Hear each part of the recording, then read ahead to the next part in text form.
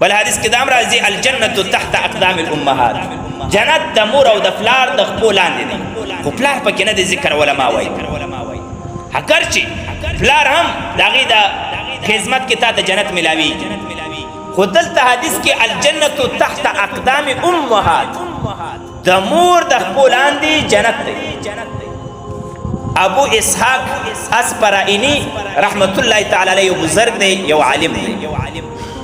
دی به د شپې راغلی د خپلې مور او د پلار به ډېر خدمت کاوه او د هغې خپو چاپي به یې کوله او تر هغه وخته پورې به نه اوده کېدو تر څو چې د مور او د پلار هغه د خپو چاپي نه وکړي. غټ بزرګ دی، عالم دی، ولی دی.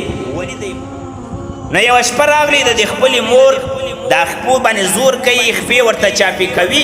په دې ټیم کې ورته حدیث رایاد شو الجنة تحت اقدام الامهات، جنت د مور د خپو لاندې دی. دا ورته رایاد شو، د مور د خپو چاپي هم روانه ده او ورته حدیث رایاد شو. ځان سره سوچ وکړئ چې د حدیث خو مطلب دا دی چې څوک د مور خدمت وکړي، د پلار خدمت وکړي، نو جنت به ورته ملاویږي. راځه د دې حدیث په ظاهره باندې عمل وکړه،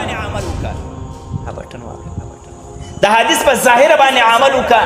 نو همداسې چل یې وکړئ، د دې خپلې مور دا قدم یې راواخیستی او د مور د قدم یې په دې خپله ږیره باندې داسې تیر راتیر کو او بیا یې مور ته ویل مور یې اوس وده شه. مور وده شوه او دی راغلی خپلې کمرې ته. د چې کمرې ته راغلی نو په همدې کې شپه تېره شوه.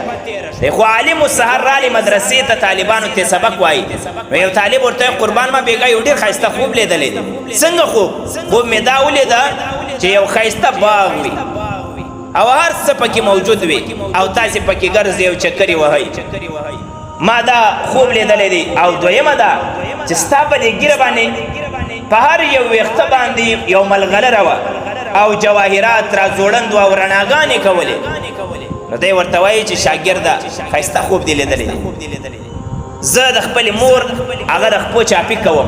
بېګا ما ته د حدیث رایاد شو چې د مور د خپو لاندې جنت دی. ما د مور د قدم او د خپه راواخیسته او په دې خپل مخ او ږیره باندې مو داسې تېره راتېره کړه.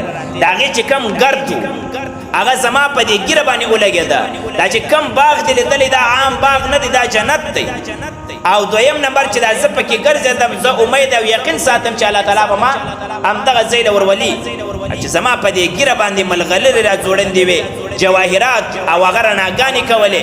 نو دا جواهرات او ملغلرې زما د مور د خپو هغه ګرد و کم ګرد چې ما په دې خپله ږیره باندې پاک کړی.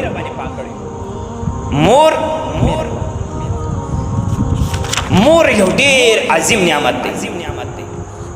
کله کله داسې د موبایل کې دا ویډیوګانې د مور په باره کې چا کړي وي، زه هغه وګورم دا زړه مې دومره نرم شي، زه هم بس چې سبا ټیکټ وکړم او بیا لاړ شم مور او د هر څه پرېږدم تر هغه ساعته د مور خدمت وکړم تر څو پورې چې مور ژوندی وي.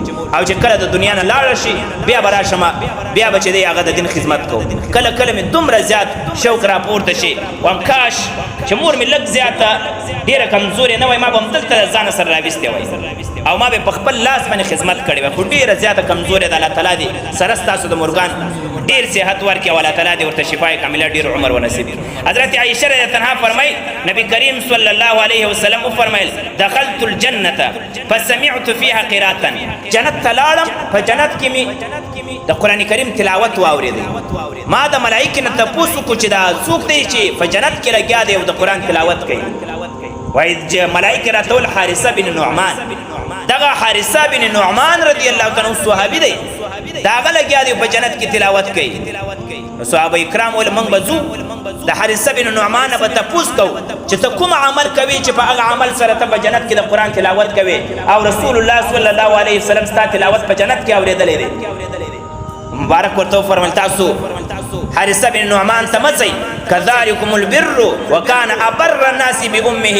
زه درته وایم حارثه بن نعمان هغه چې په جنت کې د قرآن تلاوت کوي وجه دا ده چې هغه د خپل مور ډېر زیات قدر او احترام د مور سره ډېر ښه ژوند تېروي، ښه سلوک کوي. په دقه وجه باندې دی ما په جنت کې ولیدی چې د قرآن تلاوت یې کوي. نو ګورې مسلمانانو د